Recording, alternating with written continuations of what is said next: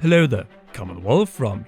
Updates about Nintendo's next system are already streaming from the homeland where it is being worked on, Japan. So let's go over the big updates and reports that points to that yes, this is the year.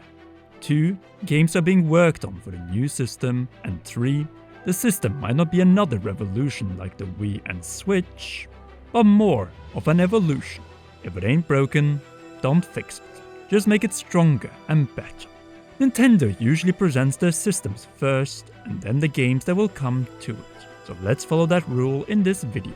Hardware to software.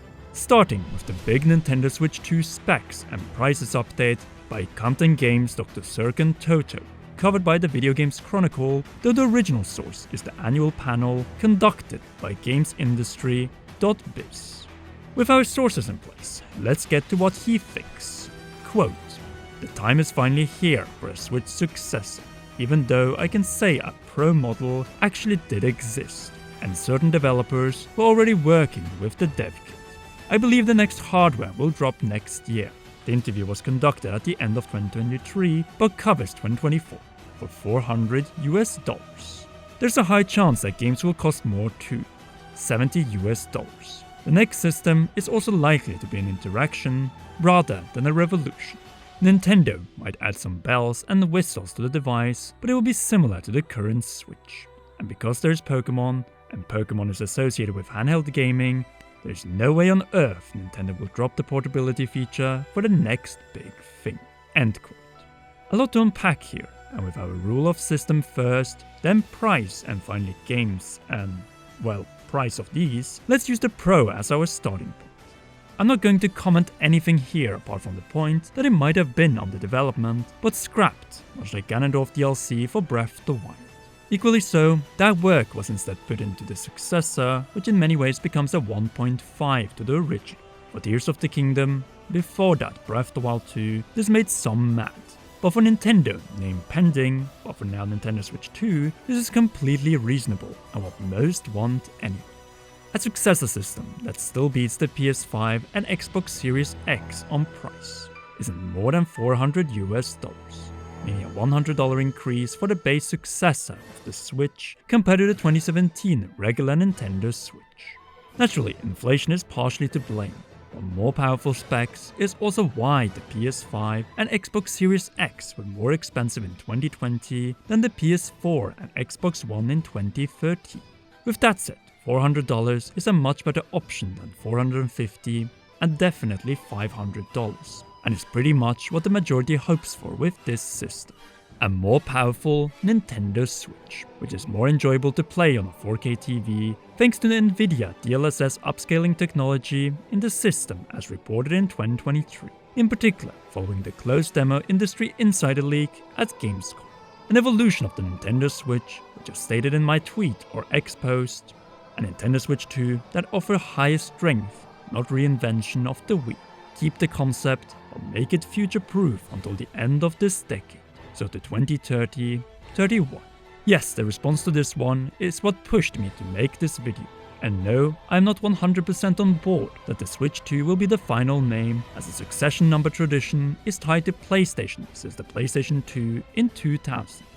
Nintendo and Xbox have since then avoided 2 and 4 in their system numeration, and for Nintendo, this actually goes back to the first successor, the Famicom Nintendo Entertainment System, where the successor was Super Famicom, Super Nintendo. Then the same rule applied to the Game Boy, which became the Game Boy Advance, DS to 3DS, and Wii to, unfortunately, Wii U.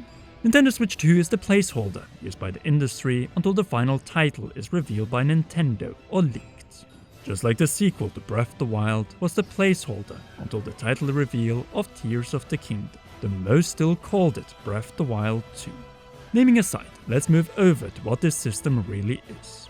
At most, one new experimental gimmick according to reports, which is a camera, and apart from that, overall improvements to what already is a success on the Switch.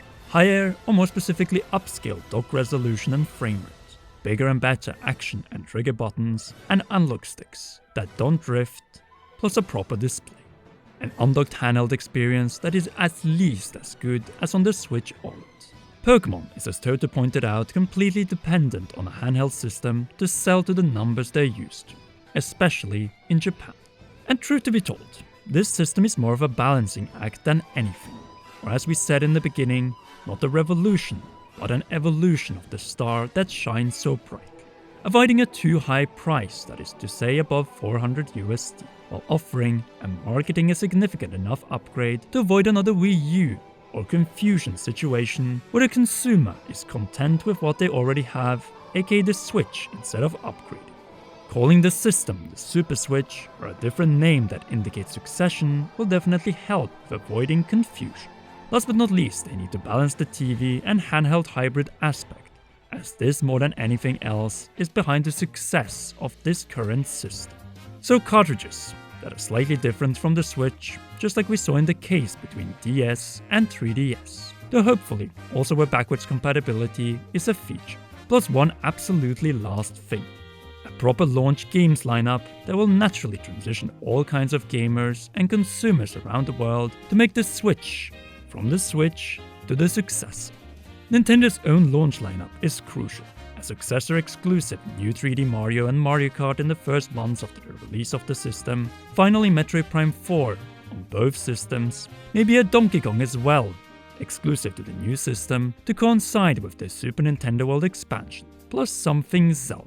Pokemon will most likely wait with the new adventures to 2025 until the system has built up a big enough install base to warrant new games for 20+ million sellers. Same goes with other bestseller franchises like Super Smash Bros. And Animal Crossing.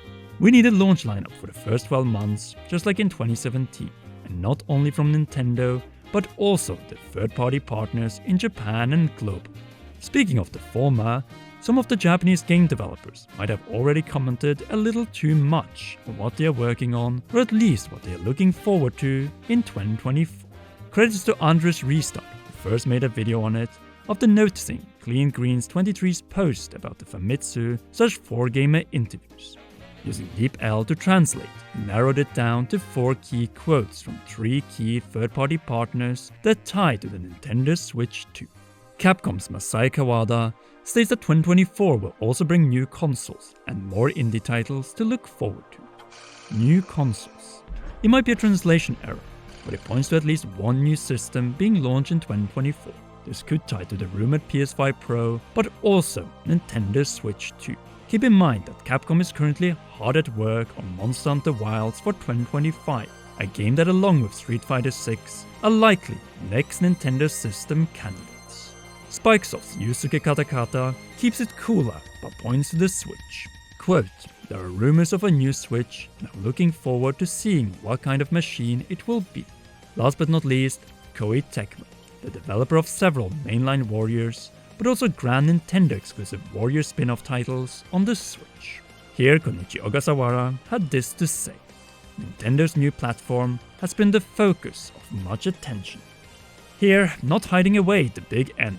The same Koei Tecmo's Fumihiko Yasuda points out that we look forward to seeing what new gaming platforms and their titles will bring to the table. End quote. We know that Nintendo's next system dev kits have been delivered to game developer studios and publishers around the world, so these comments from some of Nintendo's closest Japanese partners does not surprise us in the slightest. Still, these upcoming third-party games and Nintendo's own new first-party games might be on the same level as Tears of the Kingdom has been teasing us on Switch. $70. This right here could be the new norm for Switch 2 games, following what Sony started with the PlayStation 5 for this decade. Surken Toto highlighted this development in his comments to Games Industry Biz as well. It appears that the price for new 4K or upscaled 4K game experiences is just that. $10 higher than what we have been used to on the Nintendo Switch. Minus Tears of the Kingdom, obviously. At the same time, we hope this price level will only apply to the biggest games like new 3D Mario, next Zelda, Monolith Soft titles, and not the smaller Nintendo titles, both in size and sales potential. Big third-party games like Monster Hunter Wilds and Witcher 4 are likely to be $70 if they show up on this upcoming system. Overall, a lot to unpack, both on the new hardware and software front, but also the right topic for the first upload of 2024. But what do you think of all of this? Are these details what you want from the Switch 2, or are you hoping for more, or in the case of new game prices, less? Sound off in the comment section down below. If you haven't already, then be sure to leave a like, subscribe and press the notification bell. Last but not least, a big thanks to you for watching and to all our patreon.com/commonrealm patrons. Special shoutouts go to our producers Zach Johnson and JC Funk, and heroes Holly Wolf, Cheryl, Garrett Hoy, and Jeffrey Van Dries. You rock, and please enjoy one or both of these two awesome videos.